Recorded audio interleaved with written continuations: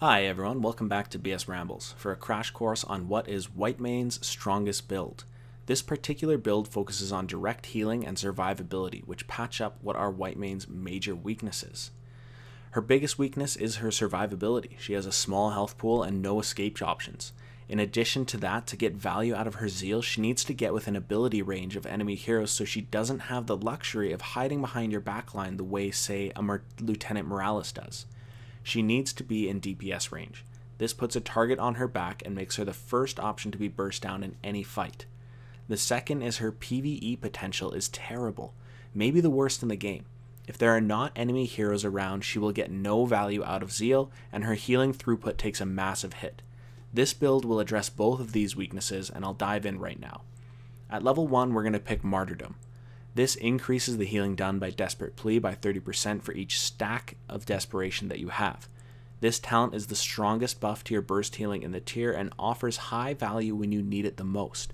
There will be times when you need to max out your Desperation to do burst healing, most likely on yourself since that is your only option for survivability, and this talent makes you more impactful in those moments. At level 4, we're going to take Unwavering Faith.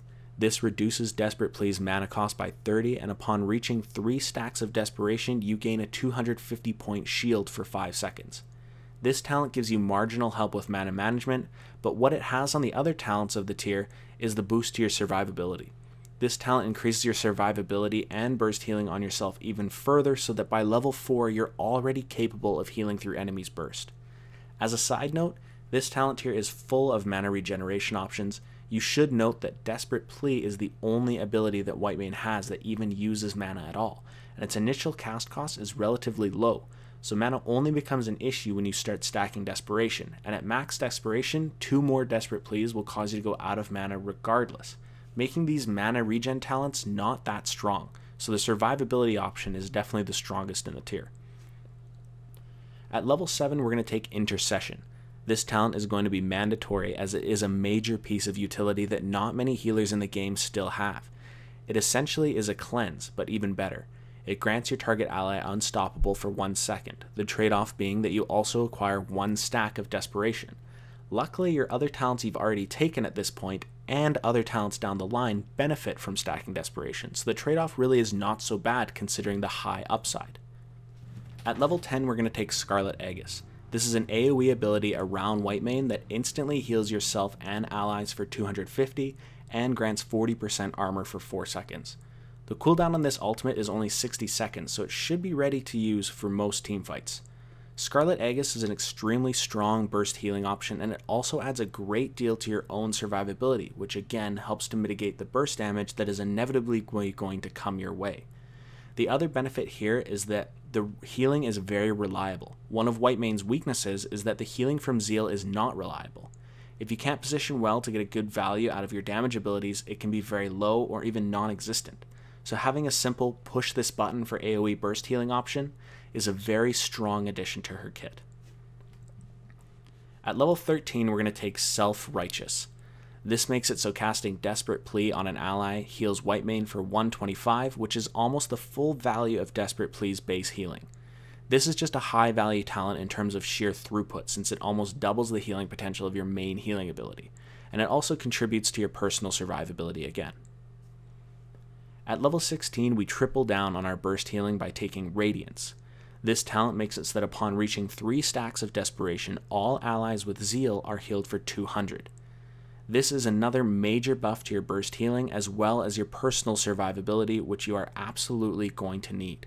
I'll go over the full combo in just a moment, but first I want to discuss your level 20 talent option. At level 20, we're going to take Scarlet Crusade, which is an upgrade to Scarlet Egis. It increases the healing done by 50% and grants all allies affected unstoppable for 1 second. This is a strong option as it not only boosts the healing throughput, but the granting of unstoppable to all your teammates affected can easily be the deciding factor in a fight. Remember back to when I mentioned her weaknesses at the start? Well, the first weakness was her survivability and how susceptible she was to burst. I want to go back over what your ideal combo might look like here so you can see just how powerful this build is going to be. Let's say the worst case scenario happens and the enemy team gets a good jump on you. First thing you do is hit your ultimate, granting you an instant large burst heal, unstoppable, and 40% armor for 4 seconds. Then you can hit yourself with Divine Plea, then a Divine Plea empowered by 30% thanks to your level 1 talent, then a second Divine Plea, or third rather, empowered by 60%, which will also trigger your shield from your level 4 talent and your burst heal from your level 16 talent. This build turns what is a very squishy and vulnerable healer into one that self-sustain potential is matched only by Holy Shock Uther. It's one of the strongest self-heal combos in the entire game. The second weakness that I mentioned was her PvE potential being terrible. Since she requires enemy heroes to benefit from Zeal in circumstances where she cannot deal damage, such as during a retreat or when your team is securing a map objective like a boss, her healing is very weak. But by putting talents into her direct heal, you mitigate this issue.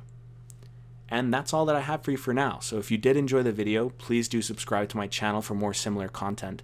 The channel is still so small that each sub makes a difference, and I really do appreciate each and every one of them.